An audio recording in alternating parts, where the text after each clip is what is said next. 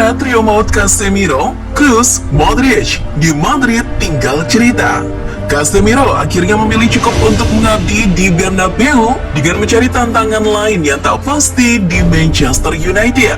Dengan hilangnya Casemiro, kini banyak orang bertanya apakah trio gelandang Los Blancos akan lahir kembali? Lantas siapa penggantinya yang sepadan? Jika melihat ancang-ancang yang dilakukan oleh manajemen Al Real dengan menyiapkan pemain muda seperti Camavinga maupun Tchouaméni, agaknya publik Bernabeu tak perlu risau. Sebab dua gelandang tersebut digadang-gadang akan menjadi penerus sah Casemiro. Tapi di antara keduanya, siapa sih yang lebih cocok? Penerus Casemiro nantinya akan mengemban tugas berat di lini tengah Los Merengues. Standar yang telah ditancapkan oleh gelandang Brasil itu sangatlah tinggi. Kemampuan Casemiro dalam menjaga kedalaman lini tengah Madrid selama bertahun-tahun akan selalu diingat kehebatannya. Jadi, siapapun penggantinya akan selalu dibanding-bandingkan. Bukan tak mungkin juga ia akan berada di bawah bayang-bayang Casemiro. Selain beban itu, calon penerus Casemiro juga paling tidak harus mempunyai skill yang sekiranya mendekati.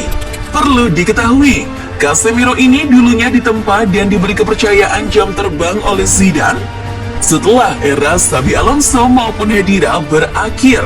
Selain itu, Casemiro juga tumbuh dengan gemblengan dua gelandang senior di sampingnya, yakni Modric dan Kroos. Peran dia selama bertahun-tahun di bawah Zidane lebih kepada gelandang bertahan tunggal yang berfungsi sebagai perusak. Casemiro juga difungsikan sebagai pemain pertama yang mengalirkan bola sekaligus build up serangan dari bawah.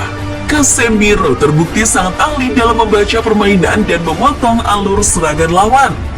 Maka tak jarang intercept, tackle maupun duel keras seringkali ia lakukan. Kalau melihat data statistik dari 32 laga musim lalu yang dijalani Casemiro, ia mencatatkan sapuan per pertandingan di angka 1,2. Sedangkan tackle-nya per pertandingan di angka 2,5. Sebagai gelandang nomor 6 di Madrid, pesan Casemiro selalu memberikan kenyamanan bagi Kroos dan Modric untuk hanya fokus dalam menyerang. Maka dari itu, sosok pemberi kenyamanan lini tengah inilah yang akan dicari dalam diri penerus Casemiro. Apakah itu ada dalam diri Tchouaméni? Bisa jadi. Pemain yang ditebus dengan mahal 100 juta euro dari AS Monaco itu memiliki bentuk fisik yang hampir mirip dengan Casemiro. Pria 22 tahun itu tinggi dan juga kekar secara postur. Namun, dari segi permainan dan atribut, Tchouaméni mungkin agak sedikit berbeda dari Casemiro, termasuk naluri bertahan.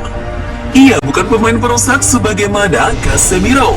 Tchouaméni musim lalu di Monaco hanya mencatatkan tackle sukses di area defensif jauh lebih rendah, yakni 43,9% dibandingkan dengan 56,5% milik Casemiro. Namun, kemampuan Tchouaméni lebih kepada caranya dalam mendistribusikan bola.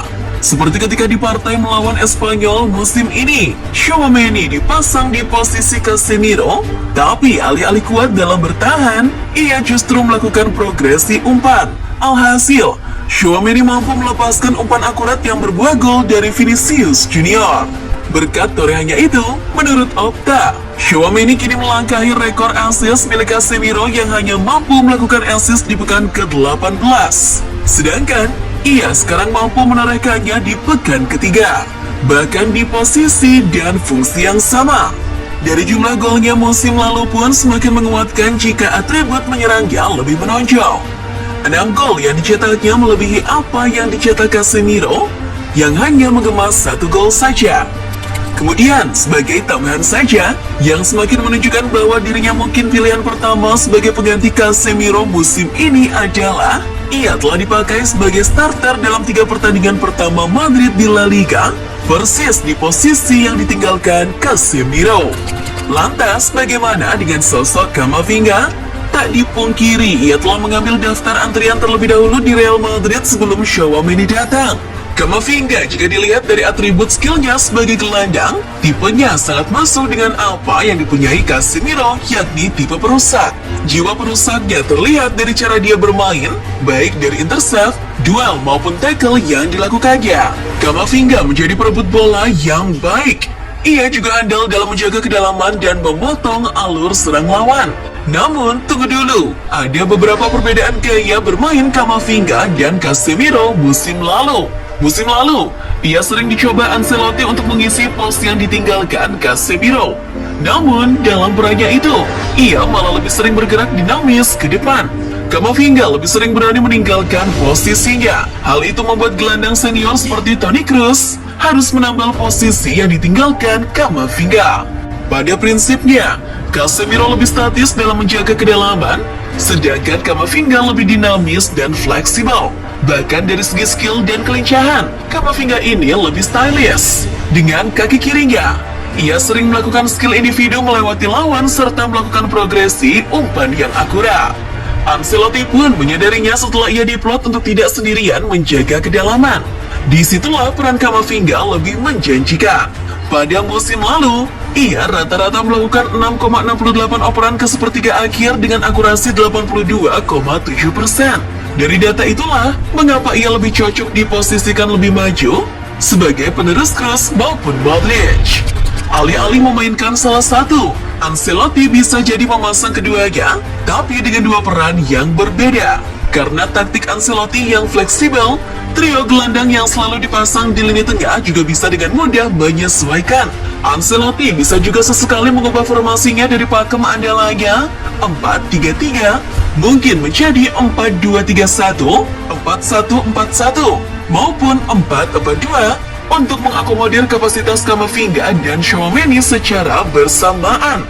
Pasalnya, bila berkaca dari 3 laga awal El Real musim ini di La Liga, keduanya sering dicoba bersama dengan Tchouaméni di tengah, sementara Camavinga bisa menempati sisi kiri maupun kanan, bergantian dengan Toni Kroos maupun Luka Modric. Dan sampai sekarang, strategi semacam itu terbukti berjalan lancar. Kombinasi racikan lini tengah Ancelotti ini lebih dinamis dan saling mengisi, sehingga lebih mudah para pemainnya menyesuaikannya. Dengan begitu, El Real jadi tidak perlu khawatir untuk mencari pengganti Casemiro. Karena toh baik Aurelien Tchouaméni maupun Eduardo Camavinga, keduanya bisa dipakai secara bersamaan. Kini tinggal bagaimana Ancelotti menyesuaikan taktiknya. Kedua gelandang muda calon pengganti Casemiro ini mungkin masih jauh dari kualitas Casemiro. Persamaan dan perbedaannya pun ada.